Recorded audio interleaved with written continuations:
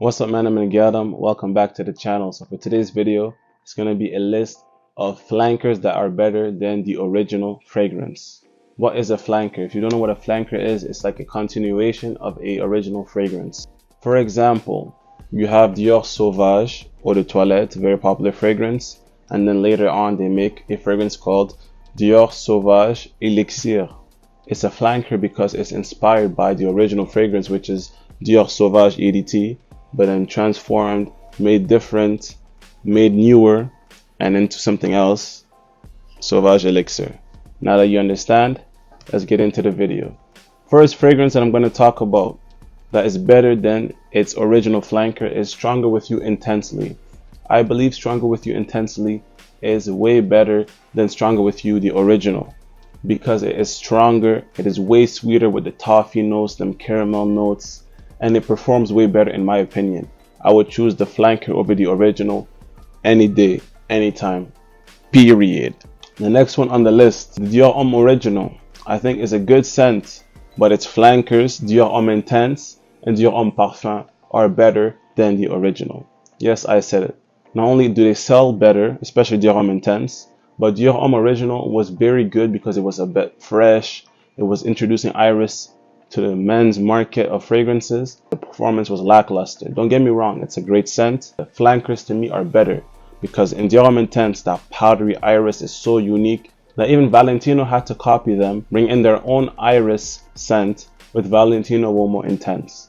So it really pushed the boundaries of men fragrances, blurring the lines of the feminine and the masculine and creating more unisex scents, but at the same time, very unique, and it has its own identity, really making it straight away from the original's limelight, but at the same time keeping the original's DNA and making it better. And with Dior Homme Parfum, everybody says it's a masterpiece, and I agree with it. They added oud to it, there's rose, it has vanillas, and them sandalwoods. It's just so boosted up, almost niche smelling, to the point where that scent is just a level above a lot of other designer scents. And that's why I think those two flankers are greater than the original Dior Homme. Now, the third on the list, La Nuit de l'Homme Bleu Électrique is better than La Nuit de l'Homme Original. Yes, I said it like that. Why is it? Because La Nuit de l'Homme Bleu Électrique has a nice fresher opening and also way better longevity. Everybody likes to complain, La Nuit de l'Homme is so weak, La Nuit de l'Homme don't perform. Obviously, it's a date night scent. You don't want it to be 20 hours long in your scent and then the person gets intoxicated but also overwhelmed because the scent is always there and it's lingering too long. But Bleu Electrique gives you a good 6 to 8 hours and the sillage is huge. And the good thing about that scent as well is that it's not so powerful that it makes you feel like it's an obnoxious scent. This is very cozy and very likable and warm. And because of that, the longevity suits the scent and its occasions that it's usually worn.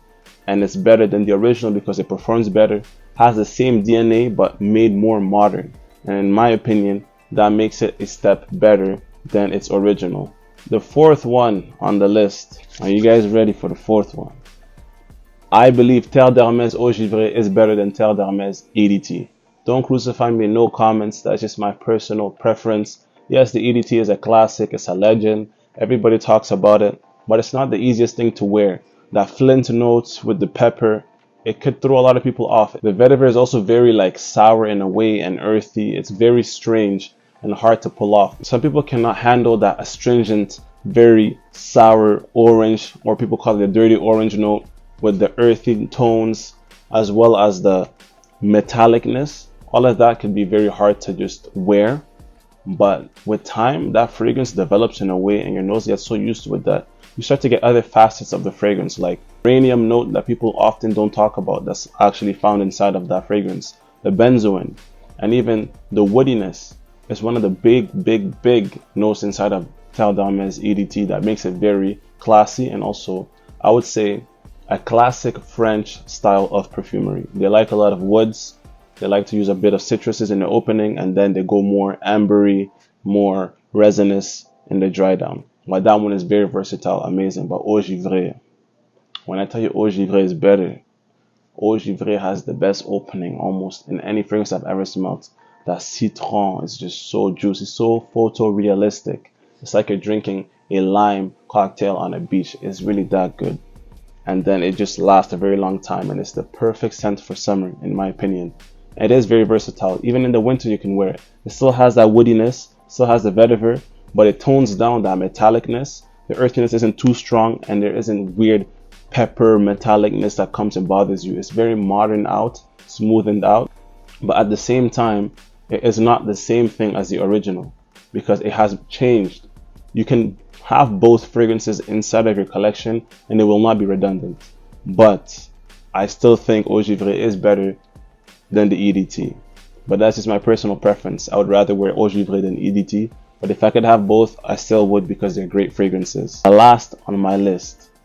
Y'all know how much I trash this fragrance, even though a lot of people like it. Prada L'Homme. I think Prada L'Homme Intense is miles better than the original. Some people might agree, some people might disagree. Prada L'Homme Intense is darker, more ambery, but at the same time they removed that obnoxious pepper smell that I really could not handle. Because to me, I see a lot of freshness, iris, and then pepper. Like, why do you add pepper? And apparently there's some type of like mate tea notes inside as well. Maybe those two combined is what's throwing me off from having the original. Maybe Prada L'Homme Low might be something that I would actually enjoy instead of the original. But I've never tried that. But I have tried the Intense. And I think the Intense is miles better.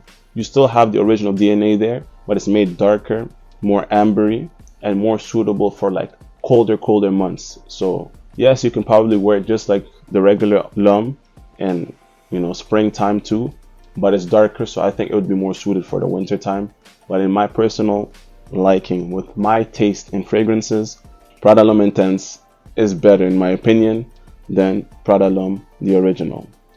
So that's my list. If you guys want to see a part 2, smash 10 likes and let me know in the comments down below what are the flankers you think that are better than the originals. And if you want to see a video talking about the opposite, original fragrances that are better than the flankers, which means that the flankers could not live up to the hype and to the greatness of the original, let me know in the comments as well.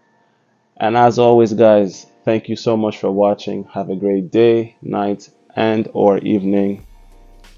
Au revoir.